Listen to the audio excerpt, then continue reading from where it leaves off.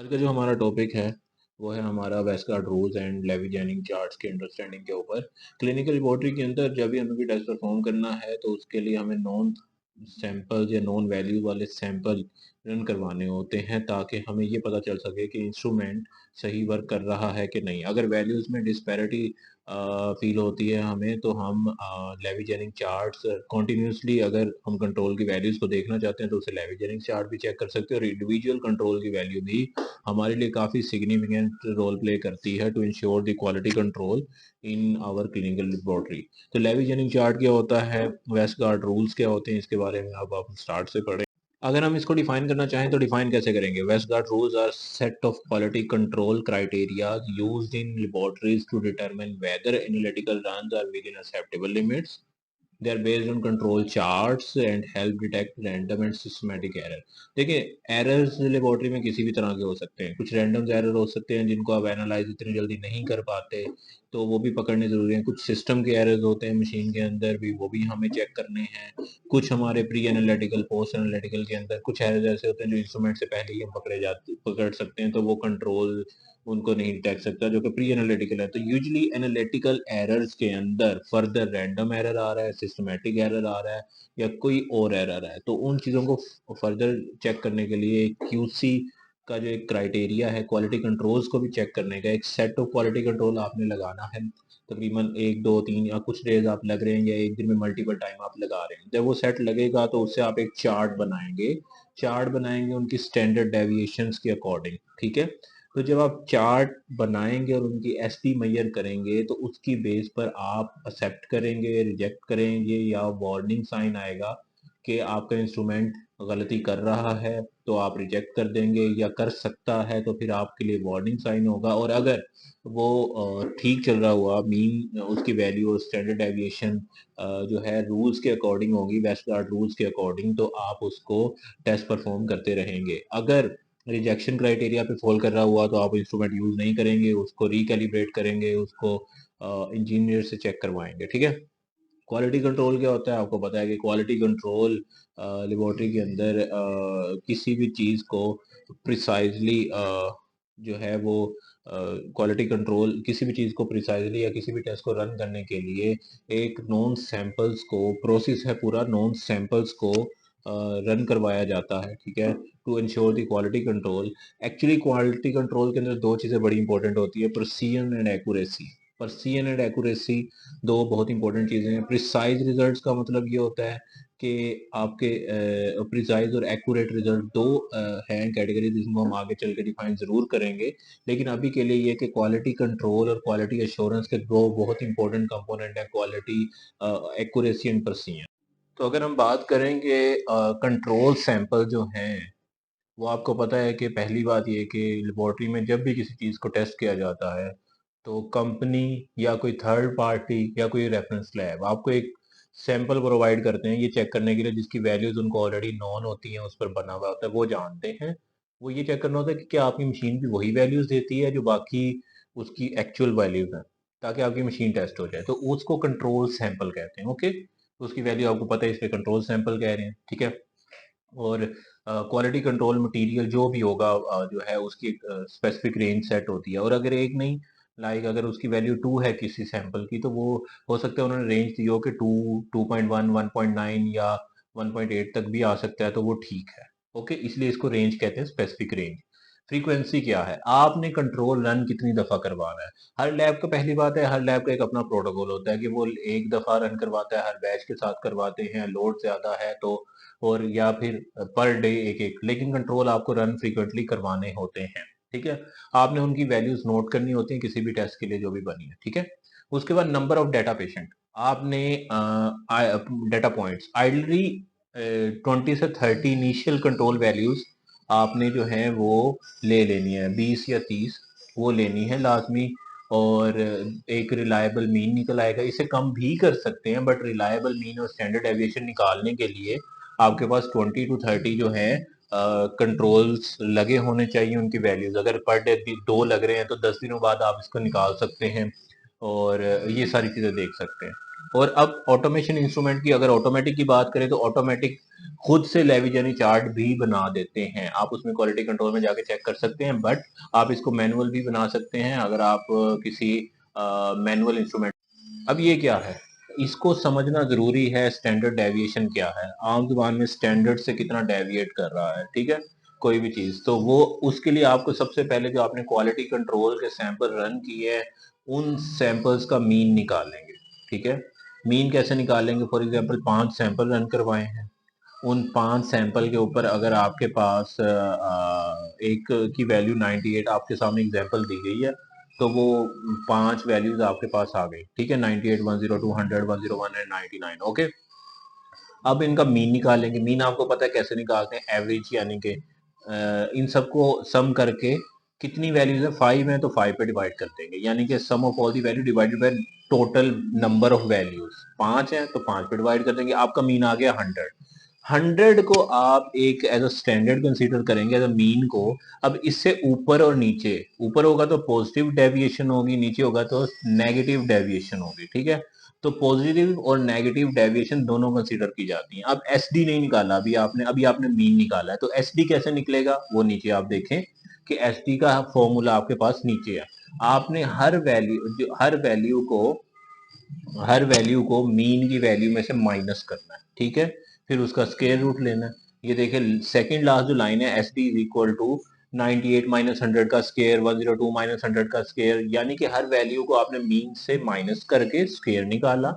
जो सब स्क्वायर निकाला तो सबको फिर प्लस कर दिया, जो भी रिजल्ट आएंगे उन सबको प्लस करेंगे, फिर डिवाइड बाय 5 माइनस 1 करेंगे, नीचे जो है आपने उसको 4 पे डिवाइड करना है और फिर इन सब का स्क्वायर रूट ले लेना। जब आप इसका अंडर रूट लेंगे तो डेफिनेटली आपके पास 1.5 एक एस डी आएगा। This is the value of 1 S D. तो आपने 1.58 जो निकाला वो स्टैंडर्ड डेविएशन की वैल्यू है। कोई भी वैल्यूज हो, 10 वैल्यूज हैं, 15 वैल्यूज हैं, जितनी भी वैल्यूज हैं उन सब की स्टैंडर्ड डेविएशन निकालना जरूरी है। इसके बाद 2 एस डी निकालेंगे, 3 एस डी निकालेंगे, और वो कैसे निकालेंगे, 1.58 को ही मल्टीप्लाई कर देंगे आप 2 के साथ, 1.58 को ही मल्टीप्लाई कर देंगे 3 के साथ, तो 3 एस डी वैल्यूज आपने निकालनी। अभी स्लाइड में अगर आप देखें तो जो मेरी बातें पहले रिपीट की हैं कि स्टैंडर्ड एविएशन आपने निकाल लिया, मीन भी आपने निकाल लिया, अब आप कंट्रोल की लिमिट निकालेंगे। और वो कैसे निकालेंगे, आप इसी तरह निकालेंगे कि जो 1 SD था, mean plus minus 1 SD, mean plus minus 2 SD, mean plus minus 3 SD। जो आपका मीन था, अगर कोई रिजल्ट कंट्रोल का विद इन 1 SD आ रहा है, 1 SD 1.58 था, यानी कि 100 में आप 1.58 करें तो 101.58, तो आपका कोई भी रिजल्ट अगर 101.58 के दरमियान में आ रहा है, पॉजिटिव ये होगा एस डी, और नेगेटिव में इसी से 100 से नीचे, तो आप इसको प्लस माइनस 1 SD कंसिडर करेंगे। इसी तरह 1.58 को नीचे देखें, आपने 2 से मल्टीप्लाई किया था तो जो वैल्यू आई थी वो आपने कहा कि वो 103.6 पॉजिटिव 2 SD था, और नेगेटिव में आपके सामने वो उसी तरह 96.84, तो 96.84 से लेकर 103.16 तक 2 SD कंसिडर होता है। इसी तरह 3 SD जो कंसिडर होता है वो होता है 95.26 टू 104.7। तो बहुत इंपॉर्टेंट बात अब जो हम स्टार्ट करने जा रहे हैं, तो how to follow Westgard rules, या वेस्टगार्ड रूल्स क्या होते हैं, तो उनको समझना बहुत जरूरी है। पहला रूल है 1 2S रूल। 1 का मतलब एक वैल्यू, 2S का मतलब 2 स्टैंडर्ड डेविएशन। तो उसका कहना है कि वेस्टगार्ड रूल ये कहता है कि अगर एक वैल्यू किसी भी कंट्रोल की 2 स्टैंडर्ड डेविएशन पॉजिटिव हो या नेगेटिव हो, वो क्रॉस कर गई लेकिन 3 SD से कम है, 3 SD क्रॉस नहीं किया, तो आपका टेस्ट परफॉर्म किया जा सकता है, आप उसको रोक सकते हैं, लेकिन ये एक वार्निंग साइन है कि कहीं मिस्टेक हो रही है। लेकिन आपकी वैल्यू आप दे सकते हैं, रिजल्ट करवा सकते हैं, QC दोबारा रन कर सकते हैं, लेकिन आपको करना सिंपली इसमें क्या है कि आपको नेक्स्ट कंट्रोल की वैल्यू का वेट करना है, ठीक है, इसीलिए ये वार्निंग साइन है। दूसरा रूल ये कहता है जो कि 1 3S रूल। 1 3S रूल के अकॉर्डिंग रिजेक्शन रूल है, और ये रिजेक्शन रूल ये कहता है कि अगर एक वैल्यू 3 स्टैंडर्ड डेविएशन से ऊपर चली गई, मोर देन 3 स्टैंडर्ड डेविएशन, या इधर पॉजिटिव हो नेगेटिव हो कोई फर्क नहीं पड़ता, तो ये कोई रैंडम एरर है,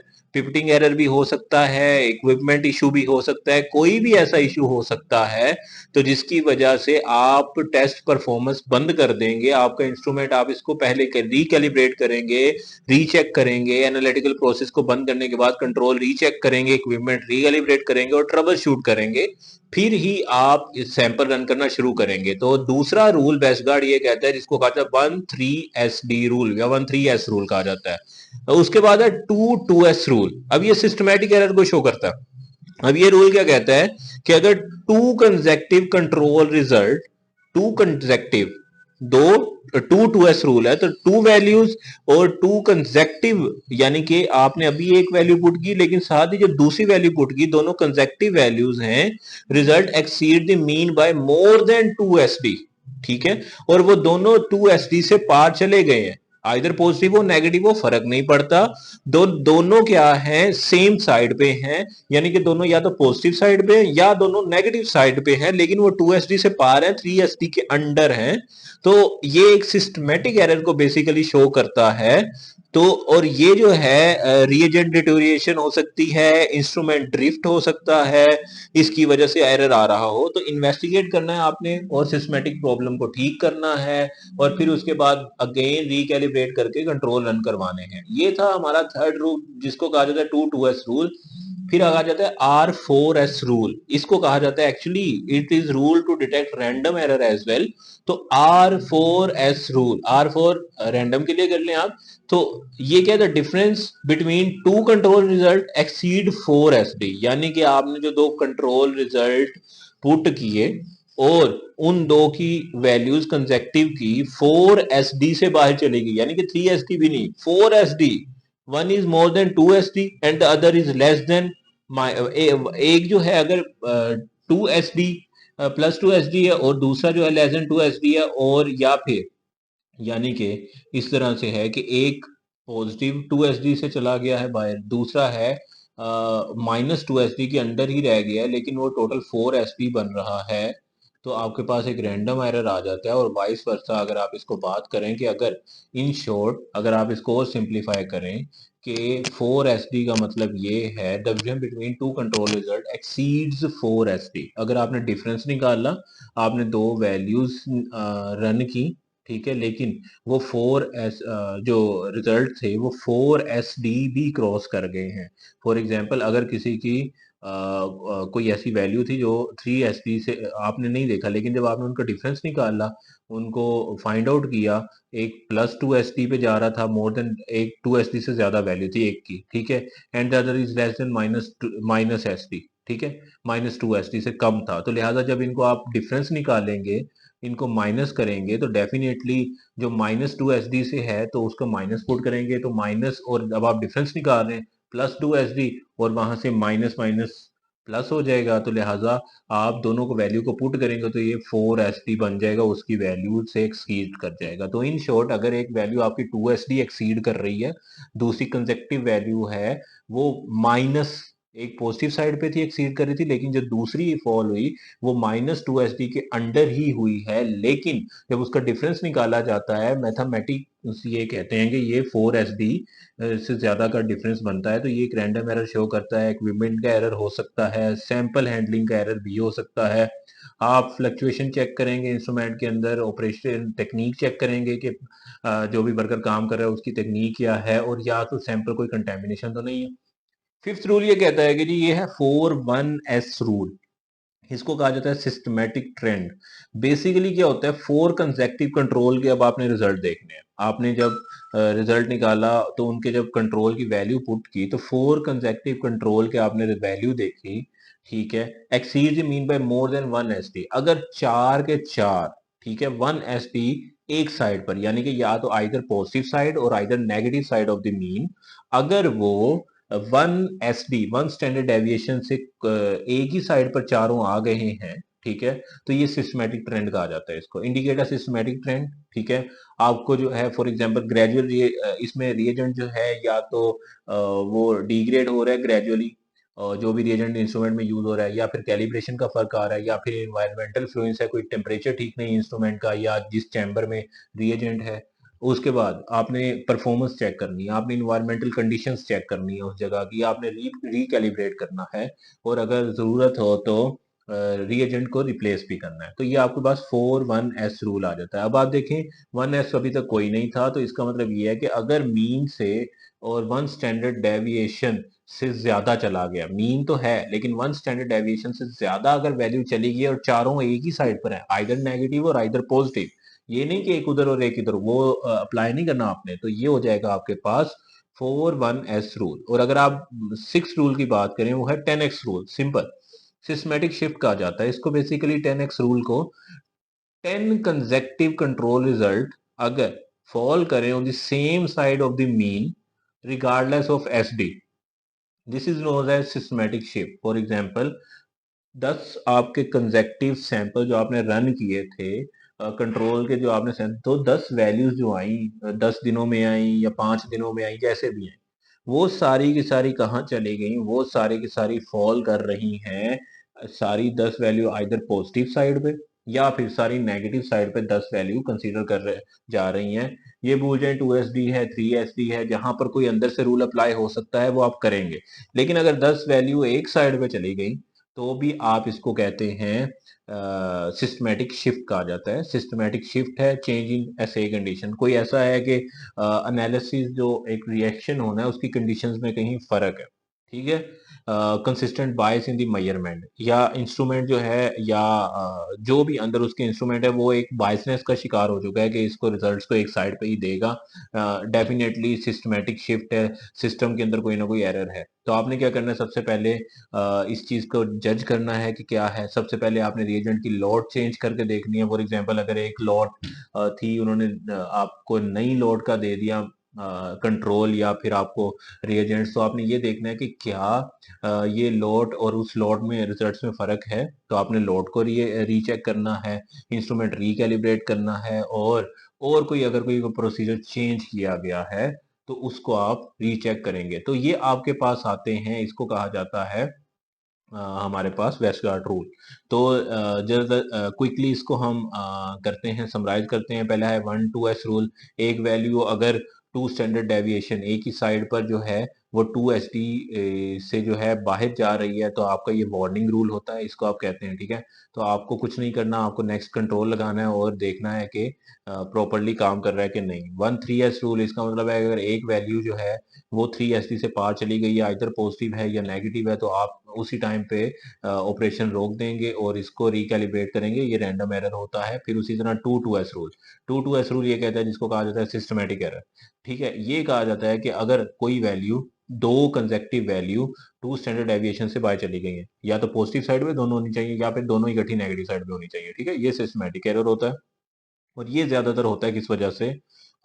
शिफ्ट की वजह से, रिएजेंट डिटोरिएशन की वजह से, इंस्ट्रूमेंट की वजह से। तो आपको क्या करना है, पहले एरर फाइंड आउट करना है, उसके बाद उसको रिएजेंट को रिकैलिब्रेट, रिएजेंट को प्रिपेयर करके सही से रिकैलिब्रेट करना है इंस्ट्रूमेंट को। 4 रूल ये कहता है, 4-4S रूल रैंडम एरर है, ठीक है। R4S rule, sorry, R4S rule ये कहता है कि अगर दो वैल्यूज का सम, सॉरी, दो वैल्यूज का डिफरेंस जो है, difference between two control exceed more than 4SD। For example एक की वैल्यू +2SD से बाहर है, ठीक है, और एक की वैल्यू -2SD से बाहर है, दोनों कंसेक्टिव है। तो अगर आप डिफरेंस निकालेंगे +2SD माइनस -2SD, ठीक है, तो माइनस माइनस मैथमेटिकल देखें तो वो प्लस कंसीडर होता है। तो लिहाजा जब भी आप दोनों वैल्यूज को करेंगे, प्लस करेंगे, तो वो डेफिनेटली 4SD से बाहर जाएंगी। तो आपको ऐसे में रैंडम एरर फेस करना पड़ता है। तो आपको इंस्ट्रूमेंट रोक कर आपने क्या करना है, रीच कंट्रोल वैल्यूज को अगेन रीचेक करना है, इंस्ट्रूमेंट फ्लक्चुएशन को देखना है कहाँ मसला आ रहा है। Then 4-1-4-4-1S rule, 4-1S rule, चार वैल्यूज वन स्टैंडर्ड डेविएशन पे एक ही साइड पे यूजुअली है कंसेक्टिव। तो आप इसको रीड करेंगे सिस्टमैटिक ट्रेंड के तौर पे, ठीक है। आपने इंस्ट्रूमेंट की परफॉर्मेंस रिव्यू करनी है, इन्वायरमेंट देखने, टेम्परेचर ठीक है कि नहीं, मशीन का टेम्परेचर ठीक है कि नहीं, रिकैलिब्रेट करना है अगर जरूरत पड़ेगी, और रिप्लेस कर देना है रिएजेंट्स को अगर उसका टेम्परेचर ठीक नहीं रहा या वो एक्सपायर हो चुका है, वट। उसके बाद 10X रूल ये कहता है कि अगर 10 वैल्यूज किसी एक साइड पर मीन के चली गई हैं, ठीक है, और कंसेक्टिव वैल्यूज, तो फिर आप इसको 10x रूल पे अप्लाई करेंगे। तो होप सो आपको ये समझ आ गए होंगे, क्योंकि ये जो रूल्स हैं ये बहुत सारी चीज़ों से आ सकते हैं। अब रैंडम एरर्स की अगर बात करें, इनमें से जो हैं वो पाइपिंग एरर की वजह से आ सकता है, एयर बबल्स की वजह से आ सकता है, पावर फ्लक्चुएशन की वजह से भी आ सकता है, लाइक 13s रूल जो है और R4s रूल। तो आपको सैंपल रीरन करवाने हैं और उसकी कंसिस्टेंसी को इंश्योर करना है। ठीक है, सिस्टमैटिक एरर क्यों आते हैं? सिस्टमैटिक एरर आते हैं रिएजेंट जो है वो डिटोरिएट हो गया है, वो खत्म हो रहा है ऐसा ऐसा, कैलिब्रेट शिफ्ट ड्रिफ्ट हो गई है, अचानक से कैलिब्रेशन खराब हो गई है, या फिर मशीन का और इन्वायरमेंट का टेम्परेचर अकॉर्डिंग टू प्रोटोकॉल्स नहीं है, like 22s rule, 41s rule, 10x rule, वो इस पे इम्प्लीमेंट होते हैं। ठीक है, इसी तरह इन्वेस्टिगेट रिजोल्व कंसिस्टेंट आपने इसको सोल्व करना है। ठीक है, आपका इसका क्या है प्रैक्टिकल स्टेप्स इन लैब, अगर आप इसमें क्या करेंगे, डेली क्यूसी आपने चेक करना है, evaluate each run using this rule. आपने हर क्यूसी जो लगाया है उसमें हर रूल को अप्लाई करके देखना है कि किसी में फॉल तो नहीं कर रहा। ठीक है, दूसरा डॉक्यूमेंट करें, जब आप रिकॉर्ड बनाते जाएंगे क्यूसी रिजल्ट्स के, या जो है मैनुअल ग्राफ बना रहे हैं, वॉयलेशन चेक कर रहे हैं, तो ये आसान हो जाएगा आपके लिए डेली जो है इवेल्युएट करना। ठीक है, फिर आपने ट्रेनिंग करनी है अपने स्टाफ की, जो इस चीज को रोज देखे, इमीडिएट एक्शन लेना है। ठीक है, और ताकि जो है वो इमीडिएट एक्शन लेकर वहीं पर प्रोसेस रोक सके। और री आप यहाँ पर देखते हैं तो ये आपको एक एग्जांपल है लेविजेनी चार्ट की मिलेगी। ठीक है, इसकी इस एग्जांपल के अंदर, इस चार्ट के अंदर जो मीन था वो 250 था। ठीक है, और इसका जो 3SD बनता है, इसका पहले आप देखें, जो पहली दो डॉटेड लाइन है मीन के राउंड दोनों साइड पे, वो 1SD और 2SD को शो कर रही है। इसी तरह जो लास्ट वाली दोनों साइड पे रेड लाइन है, solid red line is showing the 3SD। Okay, तो 1, 2 और 3SD आपके सामने है। तो इसके मुताबिक आप प्रैक्टिस भी कर सकते हैं कि कहाँ कहाँ पर कौन सा रूल अप्लाई हो रहा है। अगर पहली दो रेड डॉट देखें जो कि नीचे की तरफ आ रहे हैं, 235 से ज्यादा हैं, तो टू कंसेक्टिव वैल्यूज हैं वो 2SD को क्रॉस कर रही हैं। ठीक है, आपको वेट करना है, थर्ड कंट्रोल लगाना है। तो आपने देखा वो ठीक आ गया, आपका प्रोसेस चलता रहा, कोई मसला नहीं हुआ, आपकी वैल्यूज फ्लक्चुएट कर रही हैं, ब्लू वैल्यूज ठीक है। फिर आपने देखा कि कंसेक्टिव चार वैल्यूज या फिर एक, तो वो सारी की सारी वैल्यूज जो हैं वो मीन से एक साइड पे चली गई हैं। तो जब मीन से सारी वैल्यूज एक साइड पे चली गई हैं 10 तो 10s रूल लग गया। तो ये आपके पास लेविजेनी चार्ट बनता है, इसको कहा जाता है लेविजेनी चार्ट, जो कि आपको ये बताता है कि आपकी स्टैंडर्ड डेविएशन, जो आपने मीन और ये सारी चीजें निकाली हैं, कि इसमें कंट्रोल क्या सही, कंट्रोल की सिर्फ वैल्यू इंपॉर्टेंट नहीं होती, आपने कंजेक्टिवली कंट्रोल से लेविजेनी चार्ट बनाना है। तो आपको रैंडम एरर, सिस्टमैटिक एरर या जो ट्रेंड क्रिएट हो रहा है उसके बारे में बड़ा क्लियर कट पता चल जाएगा। और ये बहुत ही ज्यादा इंपॉर्टेंट पार्ट है किसी भी क्लिनिकल लेबोरेटरी का। और इसके लिए जो है आपको प्रॉपरली ट्रेनिंग करनी चाहिए अपने स्टाफ की भी, और ताकि पेशेंट के जो रिपोर्टिंग है उसमें अगर कोई एरर आ रहा है और आपने देख रहे थे कंट्रोल्स हैं उनकी वैल्यू ठीक जा रही हैं, तो आप उसको री इवेल्युएट कर सकेंगे। अच्छा, ये कॉन्टिन्यूसली कुछ दिनों से खराब हो रहा था, कुछ टाइम से खराब हो रहा था, तो इस तरह लेविजेनी चार्ट पार्टिसिपेट करता है।